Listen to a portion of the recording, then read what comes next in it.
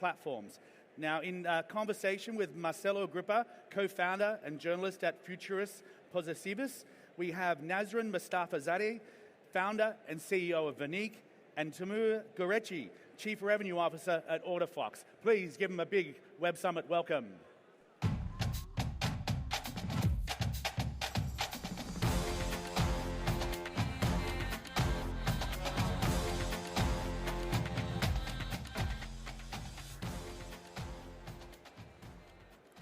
Hi everyone, good afternoon, welcome. So before we start, Nasrin, can you please quickly explain what Vernique does? Absolutely. Hi everyone. Thank you so much for having me, Marcelo. So we are a deep technology AI company. We are in the business of serving enterprises through our unified AI platform that makes it so easy to spin off these AI agents that are customizable and in an orchestrated and consistent way across all the business functions. So if you think about it, in essence, we are breaking the silos inside enterprises that legacy software providers have historically created, because what we do is to ingest all the structured and unstructured data of an enterprise and deeply integrate with existing APIs and other third-party software providers and make it so that enterprises can actually own their AI strategy in a consistent and consolidated way. Great. How about AutoFox, Timur?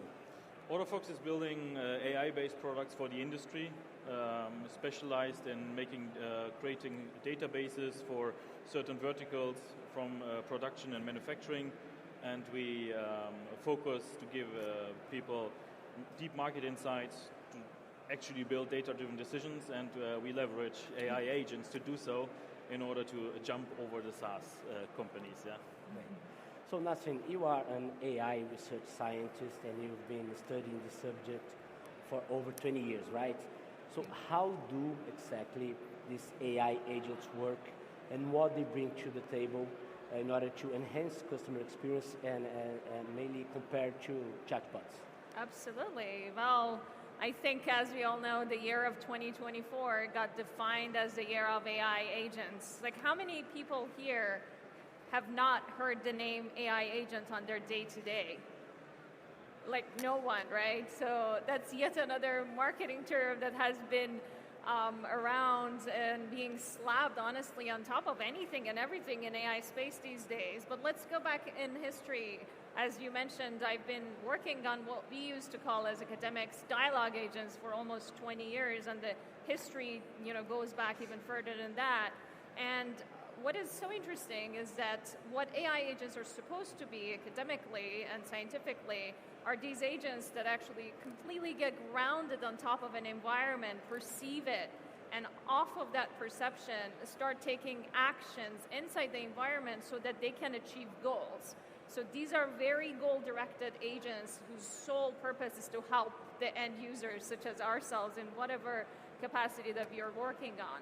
So that goal-directed nature is the essence of what we do at Vernique, and historically has been my field of research as well, as opposed to kind of chit-chat chatbots that historically have been around. So if your AI does not take actions inside environments with perceiving it, it's not really an agent.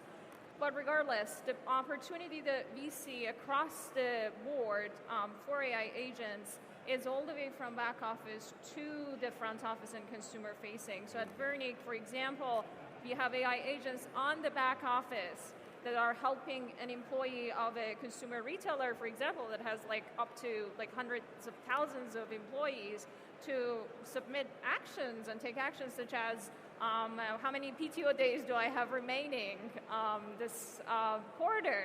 Or now that I know I have remaining, submit a request to my manager to take 3 days off next week. And all the way to the front office, a store employee can literally say that submit an AI ticket, there's broken glass everywhere in the men's aisle, or a consumer on a .com, like an e-com shopping app, literally can say, add the most, highest rated pink blazer with floral design on it to my shopping cart. So these are the crazy things that are real automation that we can get out of this phenomena that I call intelligent applications at the day and age of AI agents. Yeah, very interesting. So Timur, how are AI agents transforming SaaS industry, and what gaps they precisely feel that SaaS companies don't? So I don't believe that we are now in a space where AI agents can totally replace SaaS companies. As a commercial leader, I'm working with the most miserable SaaS companies and the software, like you name it, HubSpot it is, Salesforce it is, the big ones, right? And it's an absolute pain to work with them because you need to be very precise in every step, and it's not effective, right? And if you think about AI agents, that we think about the convenience of B2C, bringing them especially to my space, to B2B, and to be honest, they will replace SaaS businesses, traditional business, not only because they're more effective, but also because everyone would like to get out of the yearly subscription funnel, of the 2-year subscription funnel, and move over to pay-as-you-go, pay-as-you-use on a credit-based system. No matter if you are in an ERP system solution, a CRM, leveraging data, creating databases, whatever it is, like, they will surely replace them, and I hope really it goes fast, like it moves fast now. But to be honest, there will be a time where both interact with each other, but we will see AI agents being able to build up upon databases, right, and work directly on the databases. So what is the reason to have a SaaS subscription software like a CRM system on top of that again, right? Why should the AI agent work on the CRM system? Why not directly into the data lake? Yeah. Not surprisingly at all, SaaS players have added some AI generative capabilities recently. Will that be enough to address the gaps you just mentioned before and make these companies more competitive from now on? What do you think, Nasrin? Sorry, I couldn't hear. Yeah, the question is about the existing software players that add their own AI layer, basically, on top of their software, which is a phenomenon that I call AI plating. So just like gold versus gold plating, when you add a thin layer of AI on top of an existing legacy software, all it does is to kind of put lipstick on a pig, if you will, and when you drill 1 millimeter in, it just falls apart. And why is that? It's because AI is truly a new stack. So as Timur was very beautifully putting it, when you want to build an AI native experience, you let go of so much legacy tech stack that is no longer necessary. All those forms and the scroll, tap menus, the dumb search bars, a lot of that is no longer necessary, and hence AI plating ends up being expensive silos, as I would like to call it. Like Workday AI will have nothing to do with Salesforce AI, with nothing to do with whatever other software subscription that you have as an AI. So that unification that an AI platform such as ours at Vernique has as an AI native company is what businesses truly need, and none of the existing incumbents are in a position in the market to want to play that role, but a brand new entity such as a startup. I'd like to hear your thoughts on that, Timur. Yeah, can you see this AI plating concept? Yeah, absolutely. I mean, everyone is slapping AI on everything, right? So whatever software you have, there's some AI tool that is not deeply penetrating the effectiveness. It will just give you a highlighted. It gives you a prompt on top of something, and what it does is copy-pasting it to the right property. It's filling the property. It's not even saving it for you. It's just filling the property. Exactly. You still need to save it yourself. And there's, of course, there's small efficiency gains, right? Small efficiency gains. But leveraging the true power of AI agents, I think the software companies, they don't really have an interest in. Yeah? They wrap you into this subscription, into this 1-year model. They want to sell seats. That's the business model. Why would they interact with a true AI agent? So there's not really a reason for that. So Nasrin, in a previous conversation that we had, you told me that there are companies about to cancel their long SaaS subscriptions due to the leverage provided by these AI agents. What is that specifically? What kind of gains are they looking for on that?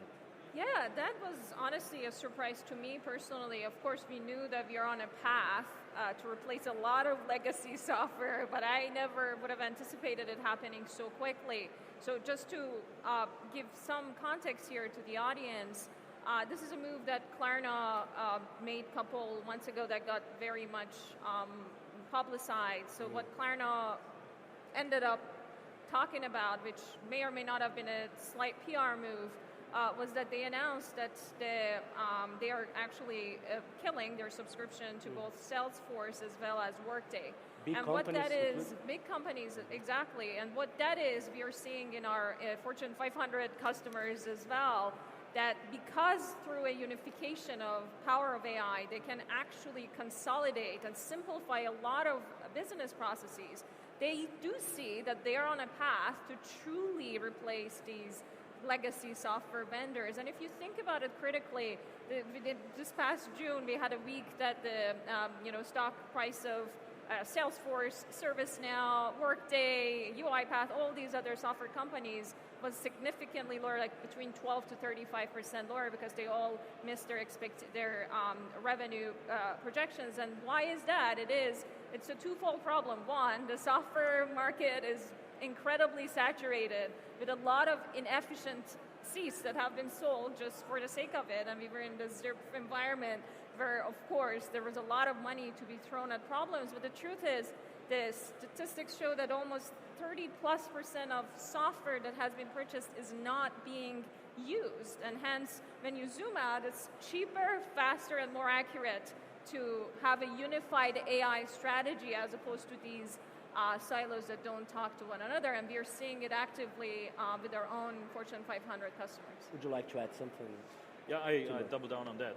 Absolutely true. I mean, if you consider your own software subscriptions that you have in the company, most of them are used periodically, right? There is a time where you think you need it, then there's a time you actually use it, yeah, and then there's a time where some people use it, and there's a time for the renewal where the onboarding or the customer success manager of that company re-engages and asks you why you're not using all of the features. So I really think the time has come, that changes are about to happen.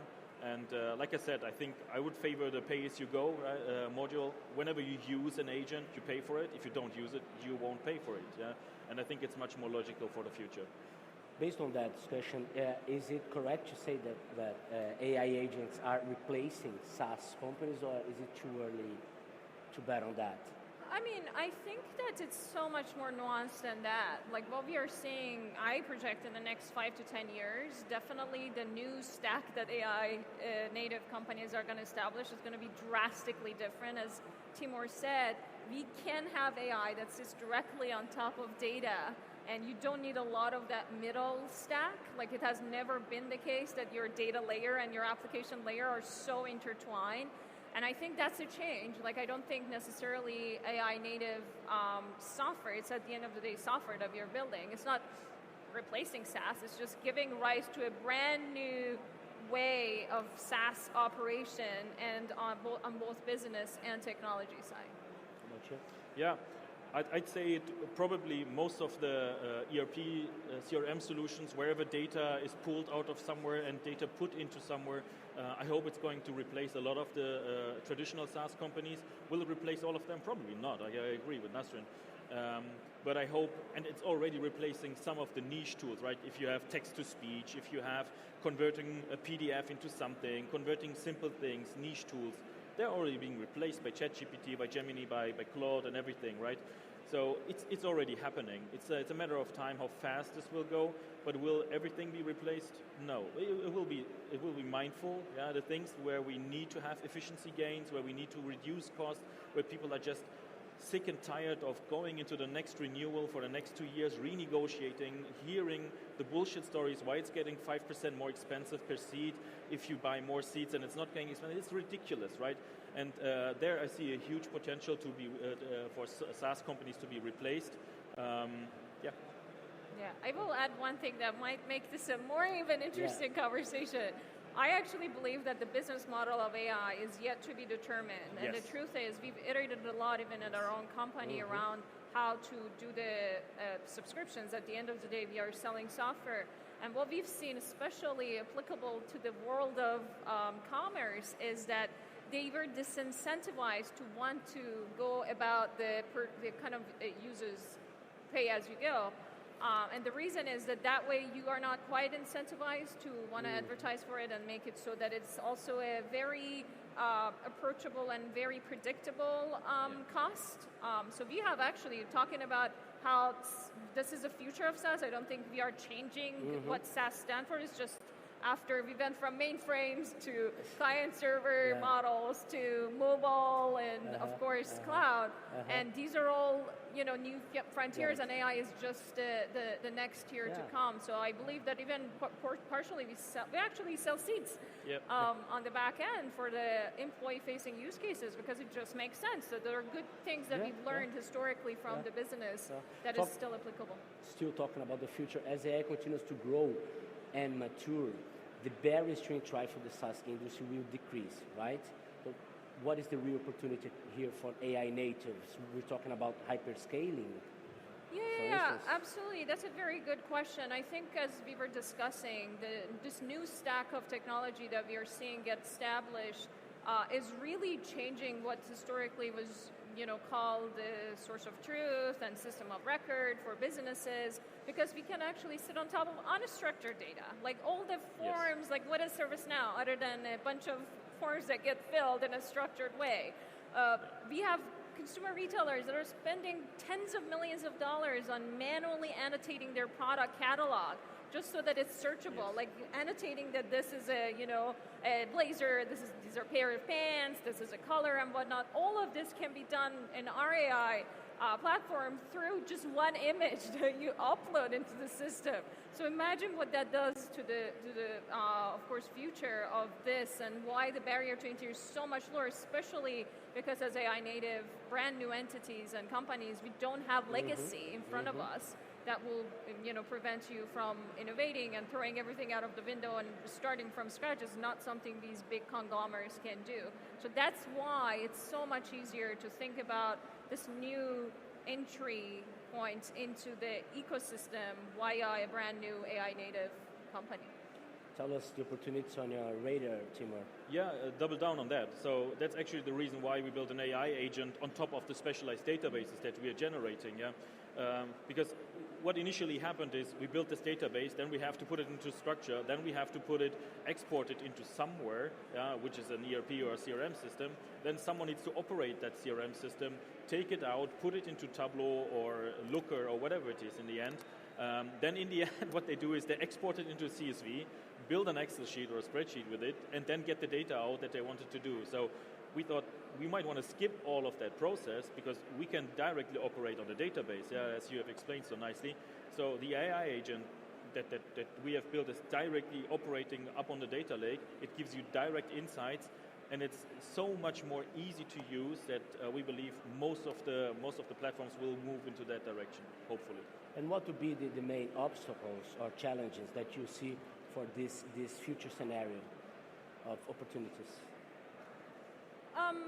The challenges are plenty, right? So the truth is that at the end of the day, the tech industry has become really, really big. It has never been the case that we would have companies, like trillion-dollar companies that have such true monopolies at the end of the day. And of course, they have all the incentive in the world to try to, throw spaghetti at the wall and try to do AI plating and so on and so forth. So I think the main challenge is that it may not be soon enough that truly better technologies would become the standard in the businesses. And look, like our Fortune 500 partners keep reminding me that you won't walk into a retailer that is not using mainframes today at this day and age. So the truth is legacy is there, change is hard, and I think the biggest challenge we have, all of us in front of us, is one, the noise in the AI market because of being this hot, sexy new thing, and two, the incumbents